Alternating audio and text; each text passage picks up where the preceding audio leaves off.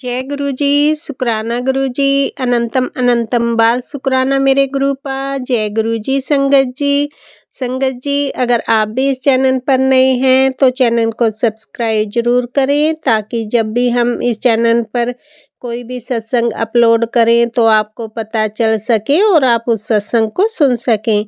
संगत जी अगर आप भी अपना शुक्राना सत्संग शेयर करना चाहते हैं तो दिए गए व्हाट्सएप नंबर पर भेज सकते हैं। वीडियो, ऑडियो या लिखकर आपके लिखे हुए सत्संग को हम अपनी आवाज़ में रिकॉर्ड करके दूसरी संगत जी तक पहुंचाएंगे। संगत जी मेरा आपसे निवेदन है, जब भी आप सत्संग रिकॉर्ड करें तो स्वच्छ वातावरण में ही रिकॉर्ड करें। और संगत जी आप जब भी सत्संग सुने तो आप सत्संग को पूरा ही सुने, आधा अधूरा सत्संग ना सुने, क्योंकि सत्संग में हमारे लिए गुरुजी ने ब्लेसिंग दी हुई होती हैं। और संगत जी आज का सत्संग शेयर करने से पहले मैं गुरुजी का पावन मंत्र जाप करना चाहूँगी। ओम नमः शिवाय, शिव जी सदा सहाय। ओम नमः शिवाय, गुरुजी सदा सहाय। ओम नमः शिवाय, शिव जी सदा सहाय। ओम नमः शिवाय, गुरुजी सदा सहाय। जय गुरुजी, शुक्राना गुरुजी। जय गुरुजी। संगत जी अब हम सत्संग सुनते हैं जो कि आंटी जी ने हमें व्हाट्सएप पर रिकॉर्ड करके भेजा था। जय गुरु जी, शुक्राना गुरु जी। जय गुरु जी, शुक्राना गुरु जी की प्यारी प्यारी संगत को जय गुरु जी। मैं गुरु जी का शुक्राना सत्संग गुरु जी के सामने ही गुरु जी के चरणों में अर्पण कर रही हूँ। जय गुरु जी, शुक्राना गुरु जी। जितनी गुरु जी की बढ़ियाई की जाए उतनी ही कम है। आज मुझे गुरु जी का बहुत दिन से ये वाला शुक्राना सत्संग करना था, मगर हर बात पे रह जाता है। गुरु जी कहते हैं कि तू मेरे से काम तो करवा लेती है, मेरा शुक्राना सत्संग नहीं करती। आज मैं गुरु जी का लंबा उतार दूं। जय गुरु जी, शुक्राना गुरु जी, लख लख शुक्राना गुरु जी। मैं संगत जी वैसे तो मैं राजस्थान श्री गंगानगर से, मैं हमारे गंगानगर में ये किसी के घर में सत्संग था, उन्हीं के घर का ही सत्संग आपको सुना रही हूँ। पता नहीं गुरुजी मेरे से खुद ही, मैंने करना तो और सत्संग था, पता नहीं गुरुजी के सामने आते ही गुरुजी ने ये वाला सत्संग शेयर करवा रहे हैं मेरे से, क्या पता किसी संगत के लिए हो।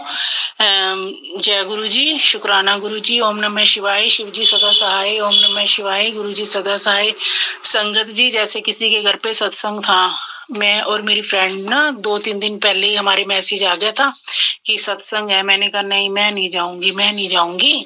मैंने जैसे कि हम हर सत्संग अटेंड करते हैं, उसने मेरे कुछ तो मन में वहम भी डाल दिया कि जो हमारे वहाँ पे एक अंकल चप्पलों पे ड्यूटी होती है वो सोचेंगे कि ये दोनों आंटियां वेली है क्या है, हर सत्संग पे आती है।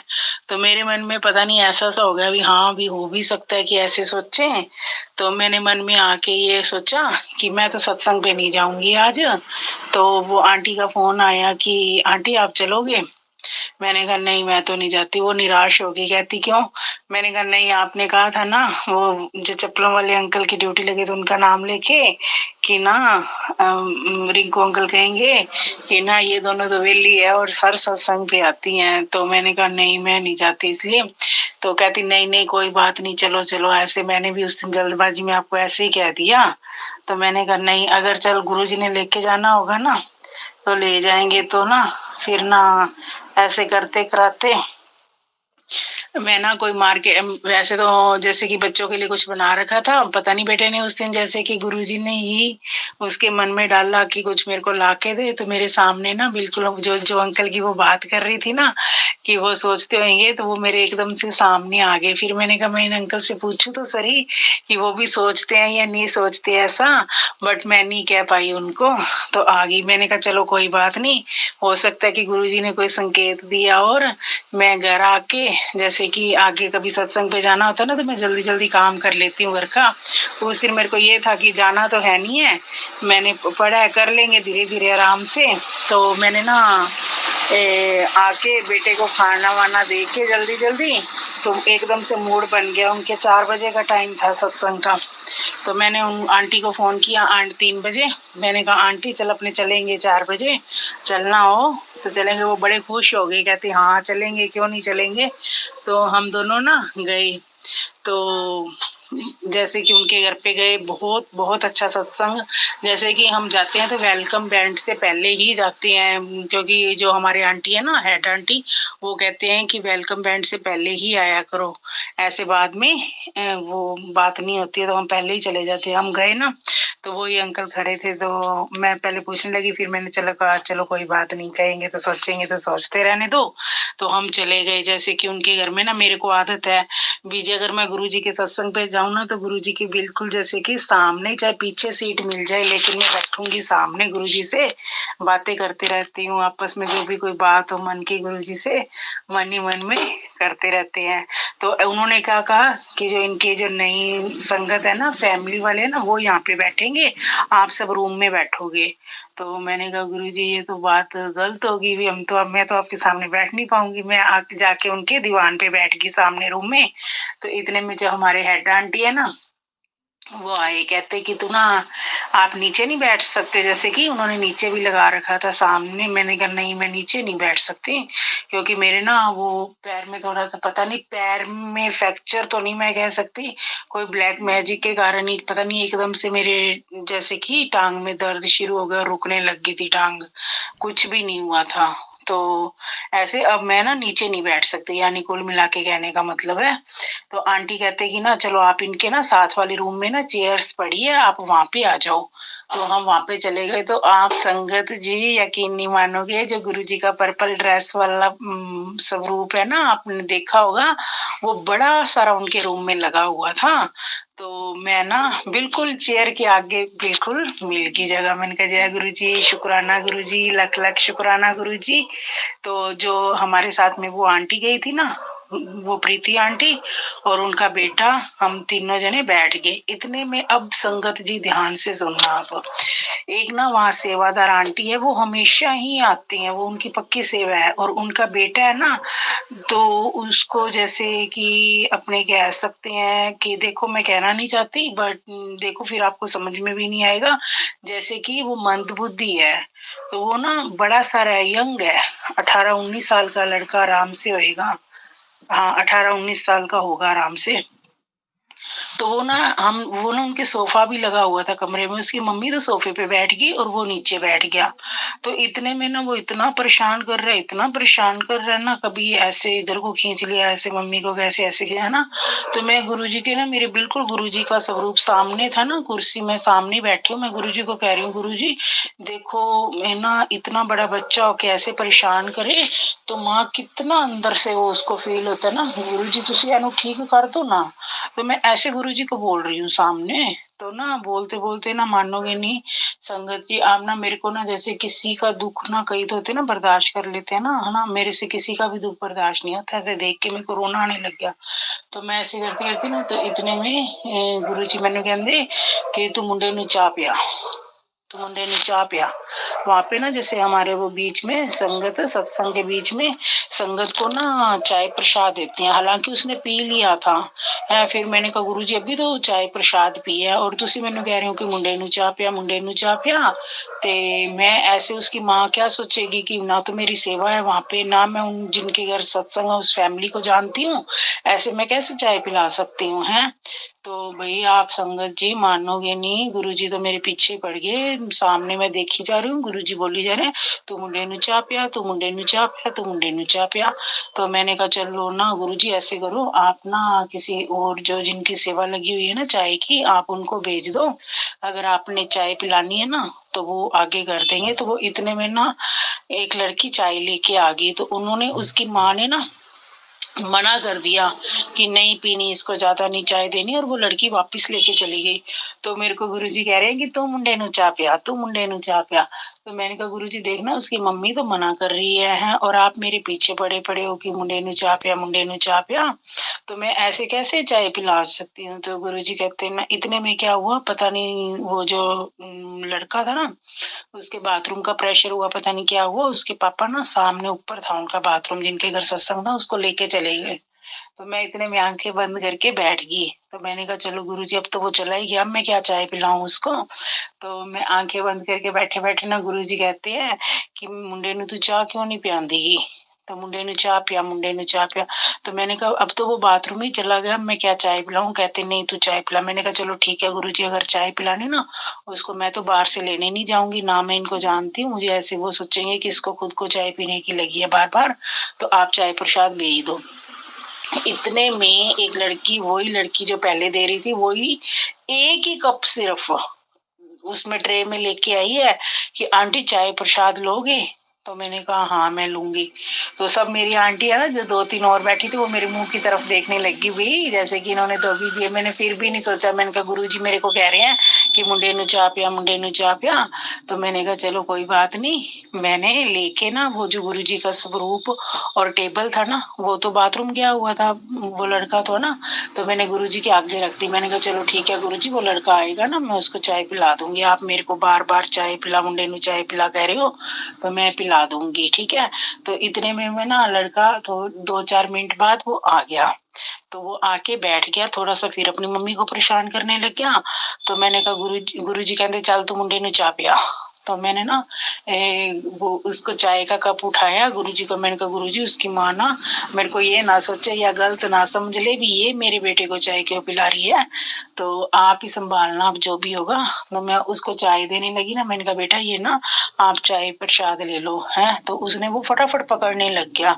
तो इतने में उसकी मम्मी कहती नहीं नहीं इसको नहीं चाय प्रसाद देनी है ना, इसने ना पी ली है। तो ऐसे भी देख के मेरे को मुंह की तरफ और तरह कहने लगी। तो मैंने कहा नहीं पता नहीं, मेरे को तो गुरुजी कह रहे हैं कि मुंडे नु चाह पिया, मुंडे नु चाह पिया, तो अब तो आपको ये लेनी ही होगी। तो फिर उसने पकड़ ली।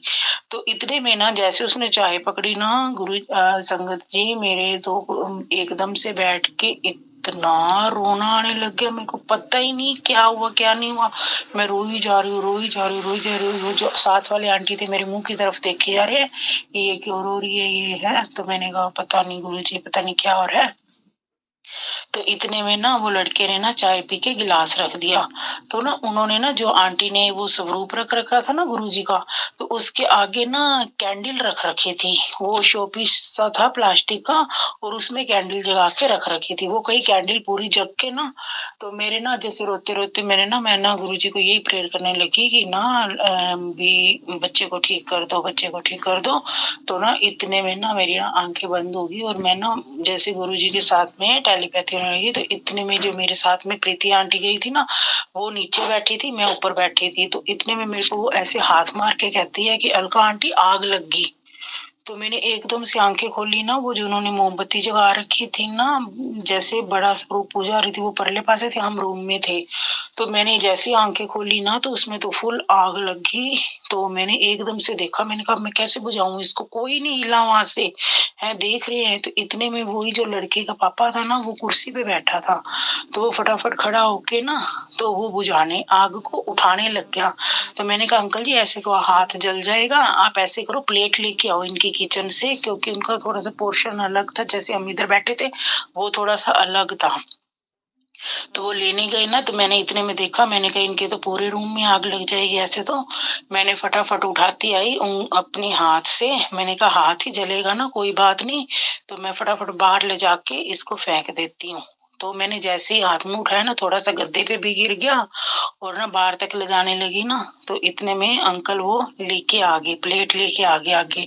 तो मैंने प्लेट में रख दिया और वो बाहर ले गए। थोड़ा सा तो ऐसे हुआ, मोल चेंज सा हो गया फिर, लेकिन नहीं वो उसने डाल दिया। तो इतने में ना मैं ना बैठ गई, मेरी ना ये 4 उंगलियां होती है ना, जैसे मैंने उसको उठाया मेरी वो जल गई थी। तो जैसे हम लंगर प्रसाद करने लगे ना, तो उसके बाद में ना मेरे से ना वो उनकी तंदूर की रोटी थी, वो मेरे से खाई नहीं जा रही थी। मैंने कहा गुरुजी मेरे से तो ना लंगर प्रसाद तो दे दिया, और मेरे से तो ये ना उंगलों से टूट गए। फिर भी मैंने कोशिश करके मैंने कहा चलो कोई बात नहीं, बीजे अगर मान लो ना करते ना, तो फिर इनका घर जल जाता सारा, भी मोल भी खराब हो जाता। तो इतने में गुरुजी की अब बात सुनो मेरी ध्यान से। तो गुरुजी का टेलीपैथी मैसेज आता है कि आ तो तेरिया 4 ही उंगला सड़ियां है ना, तो जे अगर ना आज तेरे ये जो लड़के को मैं तेरे को कह रहा था ना बार बार मुंडे नु चापिया तेरे थ्रू में आज मैंने 3 कल्याण करने थे, एक इस लड़के का, एक तेरा और एक जो ये फैमिली का जिन्होंने सत्संग करवाया है।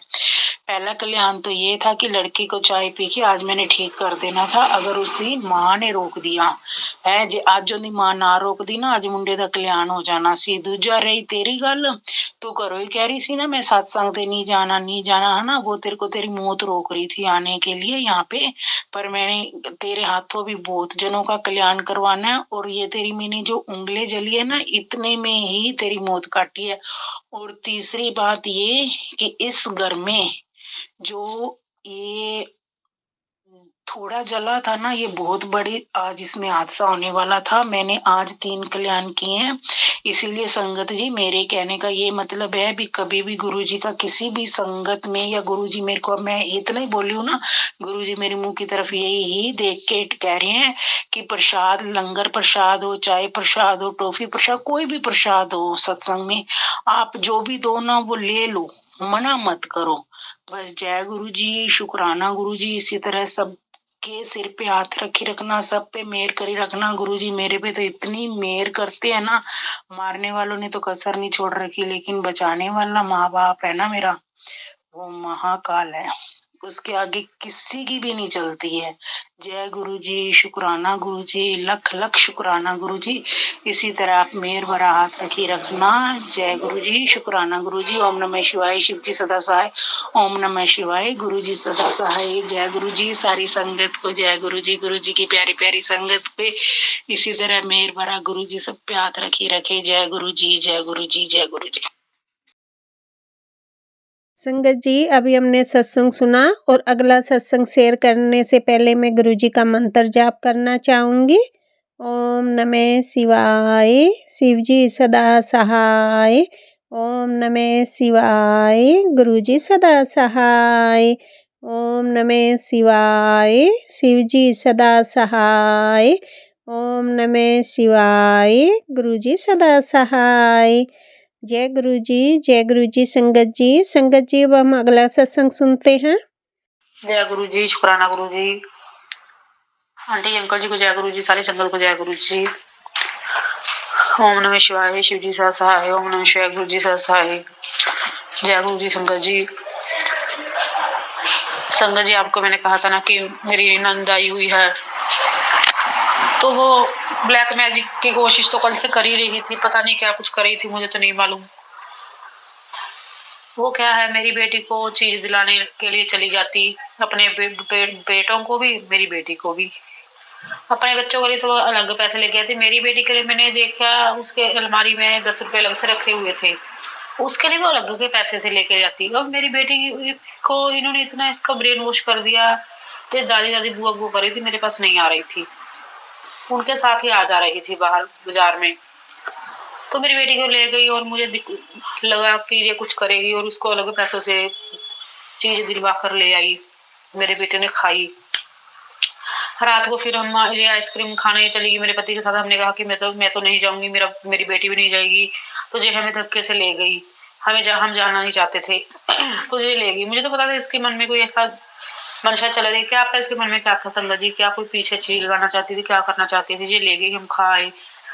आखिर मेरी बेटी को रात को आधी रात को कान में सिर में इतना दर्द हुआ ना संगत जी, मुझे ऐसा लगा कि ये दर्द मुझे हो जाता शायद मेरी बेटी को ना होता।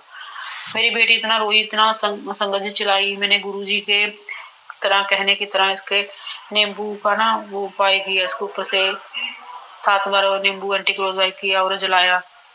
और गुरुजी का मुझे बार बार मैसेज भी आ रहा था कि तुम्हारे घर के बाहर खतरा खड़ा है, तेरे बच्चे पर कष्ट है, फिर रोती हुई मेरे पास आएगी। संगत जी वही बात हो गई। मैंने सोचा भी कि मेरी नंदाई हुई, मैं अपने आप को इसके बीच उलझाऊंगी नहीं, मैं गुरु जी के सत्संग सुनूंगी, लेकिन नहीं सुन पाई संगत जी, नहीं सुन पाई। और आज को वही बात हो गई। मैं गुरु जी का मंत्र जाप करूं, अपनी बेटी को जल प्रसाद दूं, तो भी कोई फर्क नहीं पड़ रहा था। मेरी बेटी चीख और चिल्ला रही थी, काफी उसका दर्द हो रहा था। फिर इसके अंदर मैंने कान में दवाई डाली कान की और काफी मिर्चे वगैरह का उपाय किया। तब जाकर मेरी बेटी बड़ी मुश्किल से सोई संगत जी। ऐसा लगता था कि रात भर सोना बैठना पड़ेगा इसको लेके। फिर सुबह देखा मेरी बेटी की आंखें बिल्कुल बंद हो गई थी, इसकी इतनी बड़ी गीड आ रही थी, आंखें इतनी सूज गई। पता नहीं इस औरत ने क्या किया था।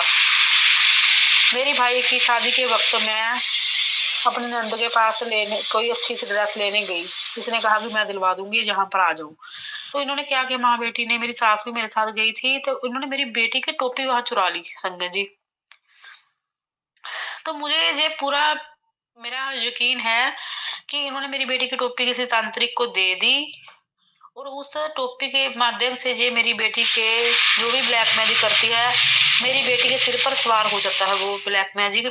मेरी बेटी को सिर की प्रॉब्लम ज्यादा आती है। तो मेरी बेटी की बेचारी की आंखें इतनी सूज गई, इतनी गीड़ आ रही है। इस गंदी औरतों को ये भी शर्म नहीं कि वो 3.5 साल की बच्ची इसका क्या बिगाड़ रही है। उसको तुमने चीज दी, वो तो तुम्हारी होगी, बच्चा है, उसके मन में तो कोई पाप नहीं। वो तो नहीं चाहती वो अपनी बुआ का माड़ा करे या अपनी दादी का बुरा करे। तो इन ऐसी औरतों को बिल्कुल शर्म नहीं आती। ऐसी औरतों को तो गुरुजी कड़ा दंड ही देते हैं। तो मुझे अपनी बेटी की हालत देखकर ना इतना तरस आ रहा है संगत जी।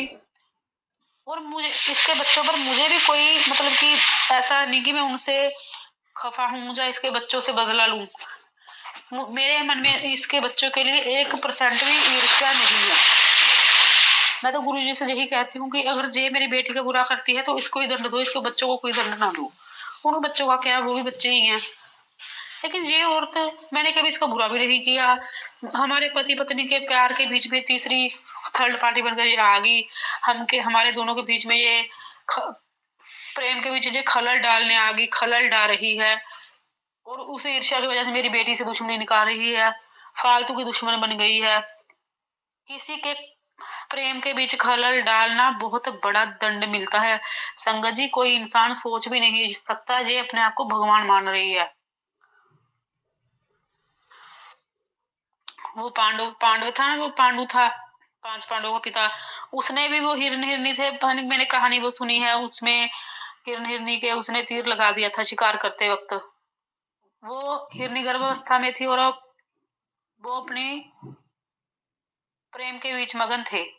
उनमें खलल डाला, उसको श्राप मिला। कितना भयानक श्राप मिला उसको कि वो किसी स्त्री को छू नहीं सकता था, छुएगा तो मर जाएगा। और फिर सीता माता ने तोता तोती के प्यार के बीच खलल डाला, उनको कितना बड़ा दंड मिला। उनको गर्भावस्था में घर बार छोड़ना पड़ा। तो इस औरत ने भी मेरे और मेरे पति के प्रेम के बीच में खलल डाला है। हमने कभी किसी का बुरा नहीं किया, हम किसी के प्रेम से, पैसे से कभी ईर्ष्या नहीं की, जलन नहीं की। ये हमारी फालतू की दुश्मन बन गई है संगत जी। इनको तो गुरुजी इतना कड़ा दंड दे ना, कड़ा दंड दे। जे रोती हुई मरे जिंदगी भर में, तो यही चाहती हूँ बस। जे भगवान से मौत मांगे, इसको मौत ना मिले। जे हमको मारना चाहती है ना ब्लैक मैजिक करके, हम तीनों पर जे पूरे तकड़े ब्लैक मैजिक कर रही है कि हम तीनों ही खत्म हो जाएं। जो भी हमारा बुरा कर रहा है, मैं तो गुरुजी को यही कहती हूँ। मुझे नहीं पता गुरुजी घर का है या बाहर गुप्त शत्रु है या कोई आसी पड़ोसी है। बस जो हमारा बुरा चाहता है उसको भी ऐसा दंड देना कि वो मौत मांगे, उसको मौत भी ना मिले।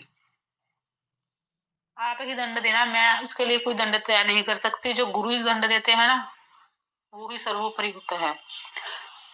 तो प्लीज गुरुजी, सारी संगत को, जो बहुत सी संगतें हैं, मैं तो कष्ट में हूँ, अपना कष्ट सुनाती हूँ, लेकिन जब कुछ संगतों के सत्संग सुनती हूँ, वो मुझसे भी ज्यादा दुखी हैं। बहुत सी ऐसी संगतें हैं जो बहुत कष्ट में हैं, काले जादू ब्लैक मैजिक झेल रही हैं अपने बच्चों के, पतियों के ऊपर, भाई बहनों मायके वालों से उनका बहुत काले जादू का सारा उनका परिवार ही झेल रहा है। तो मेरी तरह जो भी दुखी संगतें हैं, जब कोई भी है, आंटी जी अंकल जी को कोई भी प्रॉब्लम है, सबके आप संकट काटना, कष्ट काटना प्लीज गुरुजी। और जो ये ब्लैक मैजिक है, इसको आप जड़ से खत्म कर दो। और आप अपने ऊपर मत लो गुरुजी। जो भी कर रहे हैं ब्लैक मैजिक, शरीफ लोगों के ऊपर, नर्म लोगों के ऊपर, गरीबों को सता रहे हैं, उन पर 100% होकर आप बैकफायर करना शुरू कर दो गुरुजी। उनको भी पता चले कि दूसरों को देखकर तड़पा कर आपको जो सीने में तुमको ठंडक मिलती है ना, वो ही तड़पाहट अब तुम सहो। जो तुम हम पर ब्लैक मैजिक काला जादू भेज रहे हो, वो तो गुरुजी में 10% ही दे रहे हैं, तुम 100% झेलो। और मरते दम तक झेलो। तो प्लीज गुरुजी हमें भी, मेरे बच्ची को, मैं आज शुक्राना अपनी बच्ची के लिए किया है, मेरी बच्ची को ब्लैक मैजिक इस काले जादू से मुक्त करो। जो भी उसके कपड़े चुराए गए हैं, टी शर्ट भी मेरी बेटी की चुरा ली गई है, टोपी भी चुराई है, उसको आप बिल्कुल विफल कर दो गुरुजी, विफल कर दो। जो ब्लैक मैजिक मेरी बेटी के ऊपर हो रहा है वो उसके बच्चों पर हो, जो मेरी बेटी का बुरा करती है। जब बच्चों को छोड़ दो उसके ऊपर हो। जय गुरुजी, शुक्राना गुरुजी। जय गुरुजी, शुक्राना गुरुजी, जय गुरुजी संगत जी। संगत जी, अभी हमने सत्संग सुना और आज के सत्संग को मैं आगे बढ़ाते हुए गुरुजी का मंत्र जाप करना चाहूँगी। ओम नमः शिवाय, शिव जी सदा सहाय। ओम नमः शिवाय, गुरुजी सदा सहाय। ओम नमः शिवाय, शिव जी सदा सहाय। ओम नमः शिवाय, गुरुजी सदा सहाय। जय गुरुजी, शुक्राना गुरुजी, जय गुरुजी संगत जी।